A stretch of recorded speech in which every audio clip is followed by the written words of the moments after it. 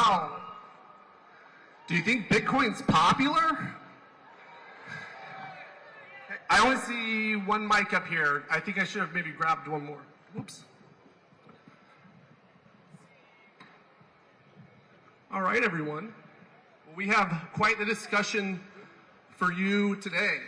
And, I wanted to start by sharing just a little piece of history. So last year when we did this conference here in Hong Kong, I got a phone call that said, there's a meeting that's going to happen in 2 weeks at Trump Tower to talk about Bitcoin, and that you have to go buy a suit right away.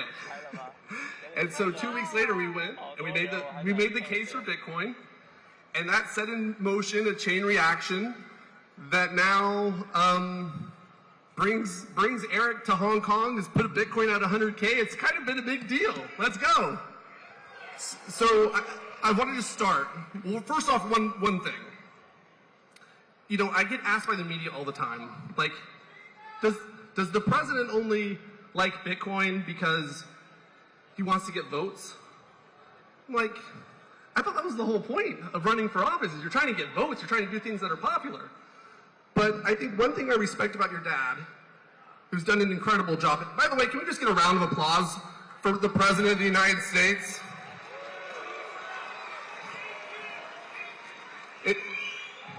So one of the things that I respect so much about your dad is that he's an entrepreneur through and through.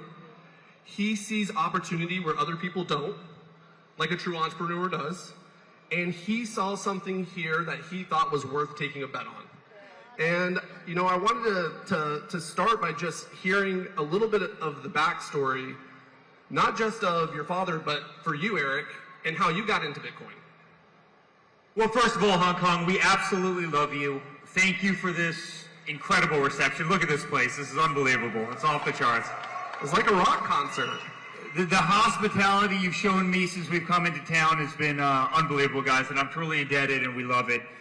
Which brings me to another special person, David, and he's too humble to say this, but we were getting debanked as a family, and I tell this story every single time I'm on stage, but because my father was a political guy, we were getting debanked by the biggest financial institutions in the United States. I'll never forget it. And all of a sudden, we started meeting all these incredible people in cryptocurrency. One of the people we met was David Bailey. And he asked my dad, he calls my dad one day, and he goes, and I told this story to a different group a minute ago over there, but he called my father and he said, I want you to speak at the Bitcoin conference in Nashville. And my father calls me up, he goes, hey, what do you know about this Bitcoin thing? I mean, obviously I believe in digital assets, but do you think I should speak at it? And I said, absolutely, you have to speak at the conference. And David Bailey was the first person who invited the now President of the United States, before he was president, before in fact the media even gave him a shot at winning, to speak on a stage. And the community, the Bitcoin community, embraced him. The Bitcoin community embraced my father, unlike anything I had ever seen before. And I hope that's paid off in spades, because we love this community. We believe in this community. 90% of my time in life is in this community now. It is the greatest asset in the world. And we are changing finance. We are changing modern day banking. We're changing modern day finance. It's the greatest store of value that's arguably ever been created. And guys, I'm telling you, you're going to look back in 3 years and 5 years and 10 years. The people in this room are the true pioneers of the space, and all of it's because of this man right here. And so, David, we love you. We appreciate you. And thank you for starting this journey for a lot of people, including my family and including so many people in this room. Wow. Well, I just want to say, Eric, you are the top diplomat of the Bitcoin Nation. And the Bitcoin Nation is in every country on the planet. This is the Bitcoin Nation. So good job, sir. Let's jump into business, okay? You've dived headfirst into this. You've gotten involved in some entrepreneurial endeavors. Metaplanet, I think, first and foremost. We were supposed to be joined today, actually, by Simon up here, but for some things we won't go into, he can't join us. Talk about your involvement with Metaplanet. So where is Simon, first of all? He was right here. I saw him a second ago. Where's Simon? Simon, stand up. Woo! Come here. Come do a little victory lap over here. What this guy has done for Bitcoin in Asia is unbelievable. I mean, he is the Michael Saylor of Asia. He's a wonderful guy, a guy who's become a dear friend of mine, and he called me a year or two ago and he goes, Eric, would you like to become involved with the company? And I said I'd absolutely be honored to.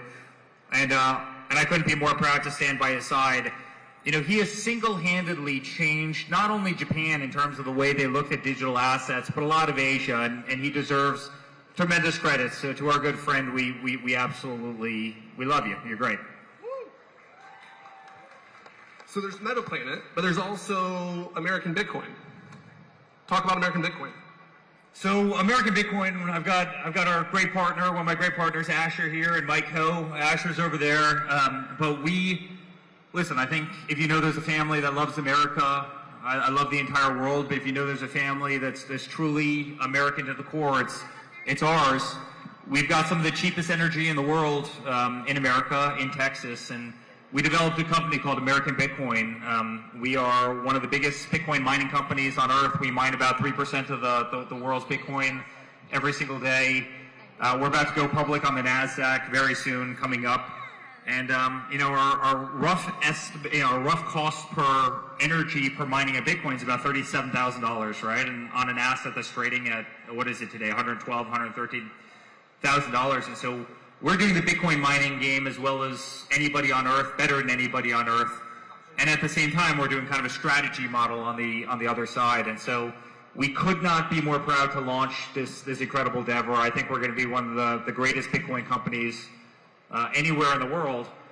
But what's so cool is you have this across the board. You've got the Simons leading the way. You've got the Davids leading the way. You've got American Bitcoin that's going to lead the way. You have Michael Saylor with obviously strategy. You know, he's obviously, you know, truly leading the way by what he's done.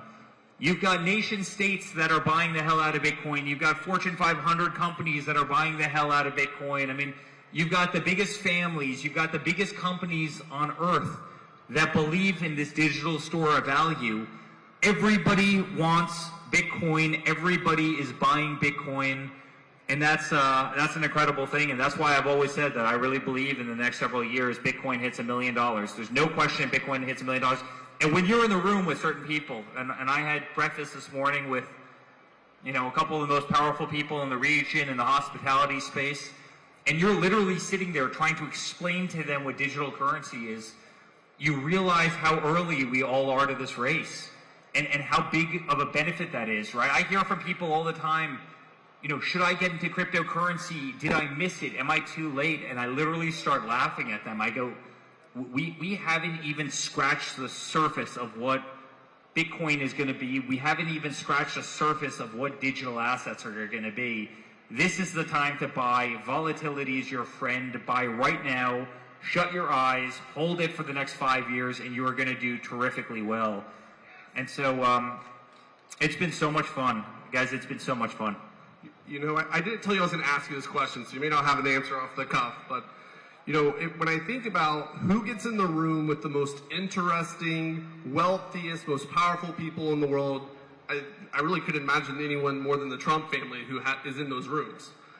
As you've been on this journey, what's the most interesting things you've heard from people? I mean, you're talking to the most powerful families in China, you know, but you've been to many countries to talk about Bitcoin. What surprised you the most? Well, listen, I had one person who runs a major country tell me that they literally take the entire energy supply of a major city in the middle of a winter and use it to mine Bitcoin because that's how much they believe in the asset, right? And so, you know, I'm not going to tell you which country it is or who it was, but what I can tell you is there are sovereign wealth funds who really believe in it. You've got the biggest families who believe in it. You've got the biggest banks that believe in it. You've got accumulators that believe in it.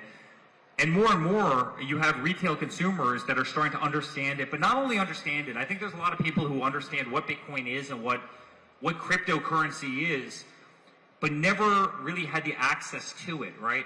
Every single day, it's becoming more accessible to the everyday person. It's easier to get. It's starting to be custody at major financial institutions all over the world. The exchanges are getting better and getting more user-friendly.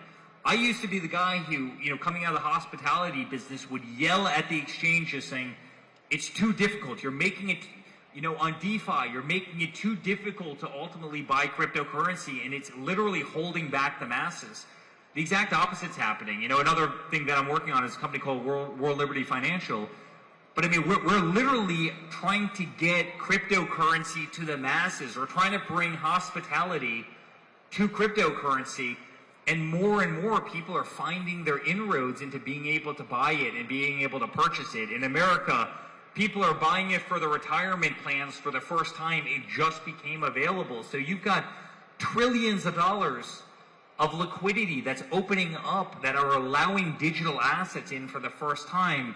You've got BlackRock, you've got all the biggest banks in the world that are buying it, right? You've got all the major companies in the world that are holding it on their treasury of their companies, right? And they're not letting it go. Those retirement accounts are not letting Bitcoin go. Those companies are not letting Bitcoin go. Those sovereign wealth funds are not letting Bitcoin go. And there's only 21 million coins. It's the only commodity in the entire world that they're not creating more of. I mean, if gold ever goes to $20,000 an ounce, I'm going to knock down this damn building and I'll find gold in that column right there. Like, we'll find it. That can't happen with cryptocurrency. That can't happen with Bitcoin. It's finite. And that's what makes it so damn powerful. And being in the room with those people, including the people this morning who are all of a sudden intrigued and you better believe are going to go off and start buying Bitcoin.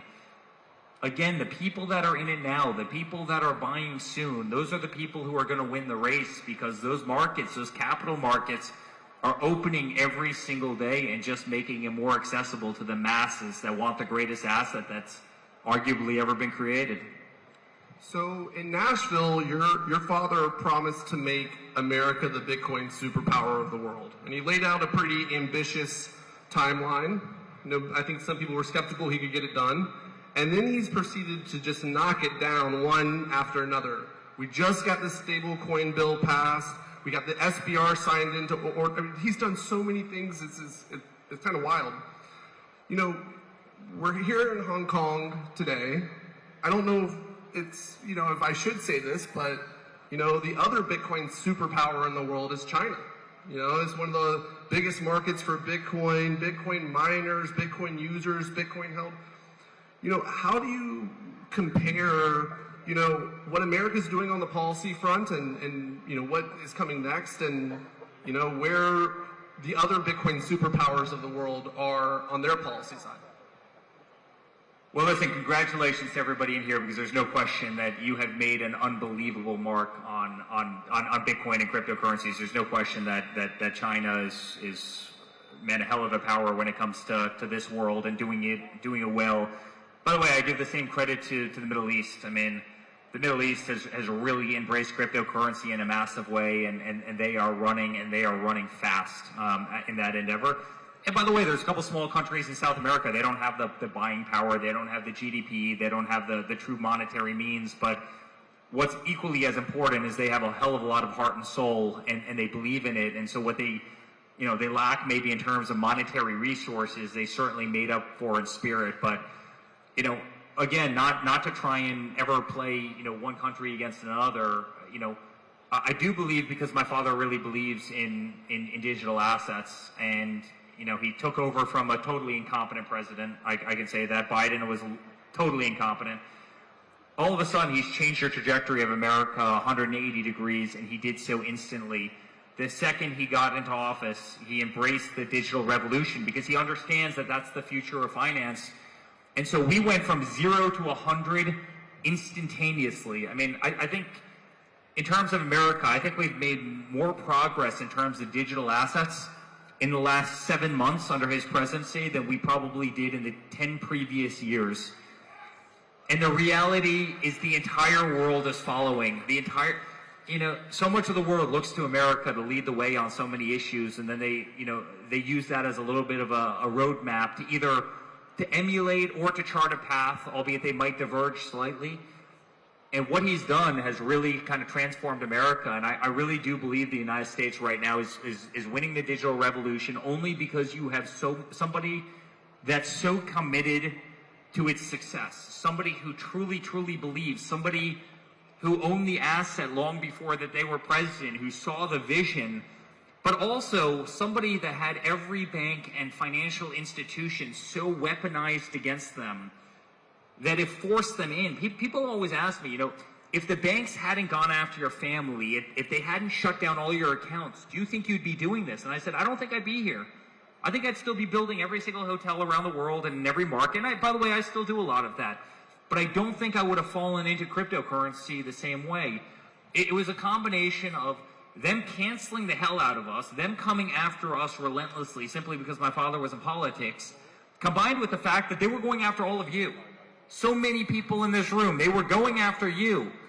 And guess what? I started meeting some of the greatest people I've ever met in my life who are incredibly honest, who believe in the future, who believe in technology, who are great people, who wanted to build dynamic companies that could, transform the future of life. And they treated you like dogs. They treated you like hell for no reason whatsoever. And they were doing the same to our family. They were doing the same to us. And so, they often say kind of the enemy of your enemy is actually your friend. That's how the Trump family became friends with his community. The enemy of your enemy actually became your friend. And, as you talk to these people, you realize how brilliant they were. As you talk to these people, you realize how antiquated the old financial system was, right?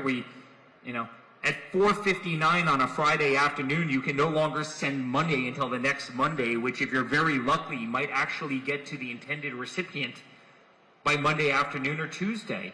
That's not the modern world. Give me a break. That's not, finance has to be 24/7, 7 days a week. That's what people expect. That's what people demand.